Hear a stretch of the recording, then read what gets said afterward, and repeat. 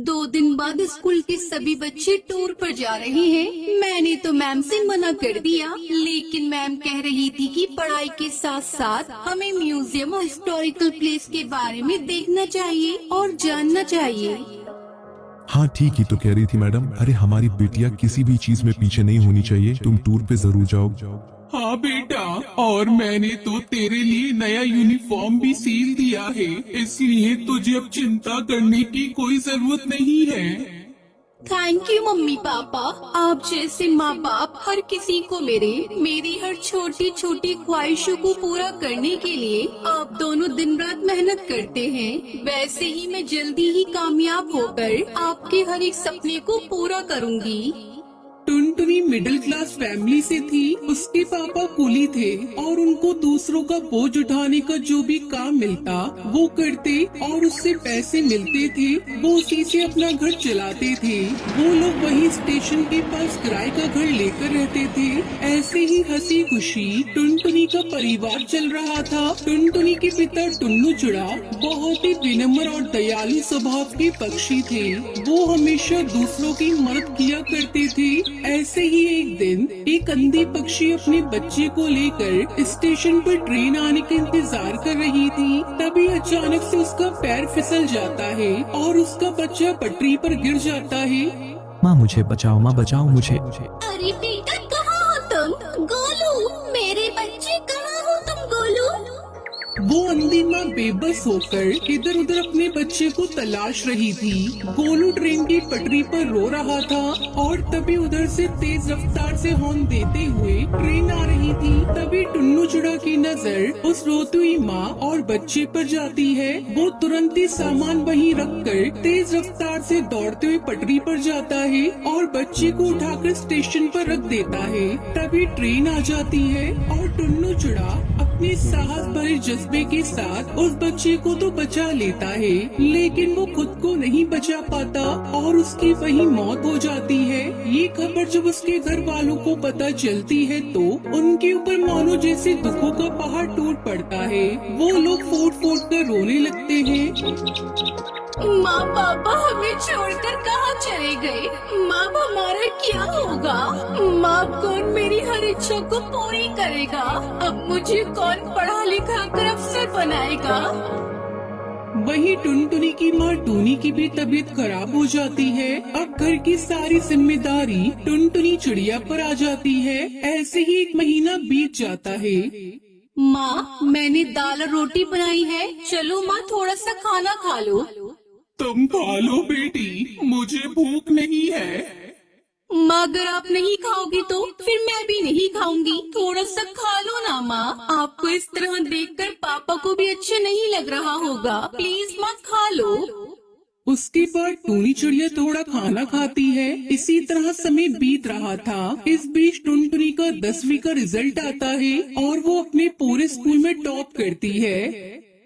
माँ आप तो खुश हो ना? काश आज पापा होते तो वो कितना खुश होते।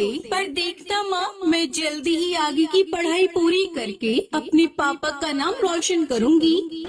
टुनटुनी ये सब कह रही थी कि तभी वहाँ पर उसका मकान मालिक कड़कनाथ सेठ आ जाता है। देख टुनटुनी, अब तुम दोनों अपने रहने के लिए कोई दूसरा ठिकाना ढूंढ लो, क्योंकि यह घर मैंने किसी और को किराए पर दे दिया है। मालिक, घर देने से पहले एक बार आप हमसे पूछ तो लेते। यह मेरा घर है और इस घर में किसे रखना है यह मुझे तुमसे पूछने की जरूरत नहीं है। तुम्हारा पति एक अच्छा पक्षी था, इसलिए मैं अभी तक चुप था, लेकिन अब और नहीं। अब तुम दोनों माँ बेटी ये घर खाली कर दो। उसके बाद दोनों माँ बेटी रोते हुए घर से निकल जाती है। माँ अब हम कहाँ जाएंगे माँ? जहाँ भी किस्मत ले जाए बेटी, चल बेटी मेरे साथ चल। उसके बाद दोनों माँ बेटी घर की तलाश में निकल पड़ते हैं, लेकिन उन्हें कहीं कोई घर नहीं मिलता। वो दोनों एक सुनसान सड़क पर बस चले जा रही थी। तभी एक तेज रफ्तार गाड़ी आती है और टूनी चिड़िया को टक्कर मारकर चली जाती है। माँ ये आपको क्या हुआ माँ? अरे कोई है तो मेरी मदद करो। अरे कोई है? सुनसान सड़क पर उसकी मदद करने वाला कोई नहीं था। तभी उसे वहाँ एक बस दिखाई देती है और टुनटुनी चिड़िया जैसे तैसे करके अपनी माँ को बस में बिठाकर उसे चलाते हुए हॉस्पिटल ले जाती है। देखिए चिड़िया, तुम्हारी माँ के सिर से काफी खून बह गया है, हमें ऑपरेशन करना होगा। तुम जल्दी से 1 लाख रुपए जमा करवा दो। डॉक्टर साहब, आप ऑपरेशन की तैयारी करिए, मैं अभी पैसे लेकर आती हूँ। टुनटुनी उसी बस में बैठकर रो रही थी। हे भगवान, पापा को तो पहले ही मैं खो चुकी हूँ। अगर माँ को कुछ हुआ तो मैं नहीं जी पाऊंगी। मुझे हर हाल में मेरी माँ की जान बचानी है, लेकिन मैं इतने सारे पैसे कहाँ से लेकर आऊंगी? तभी उस बस में से आवाज आती है, परेशान मत हो टुनटुनी चिड़िया, मैं परी लोक से आई हुई हूँ। मैं जादुई बस हूँ और तुम्हारे परिवार वालों की अच्छाई को देखते हुए ही रानी परी ने मुझे तुम्हारी मदद के लिए भेजा है। आज से तुम्हें घबराने की कोई जरूरत नहीं है। ये लो, ये पूरे 1 लाख रुपए हैं।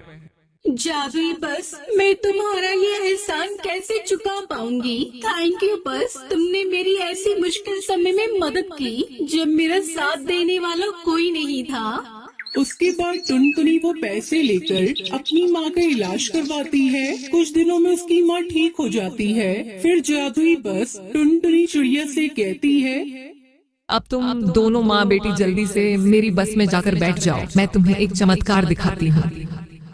उसके बाद वो बस खुद ब खुद एक बस घर के रूप में बदल जाती है। टुनटुनी, आज से ये घर तुम्हारा है। तुम अब यहाँ अपनी माँ के साथ आराम से इस बस घर में रह सकती हो। और हाँ, तुम्हें इस घर में किसी भी तरह की कोई कमी नहीं होगी। वो सब तो ठीक है जादुई बस, लेकिन ये बस घर तो शहर से काफी दूर है। फिर मैं अपने स्कूल कैसे जाऊंगी? बस इतनी सी बात, मैं हूँ ना, मैं भला किस दिन काम आऊंगी।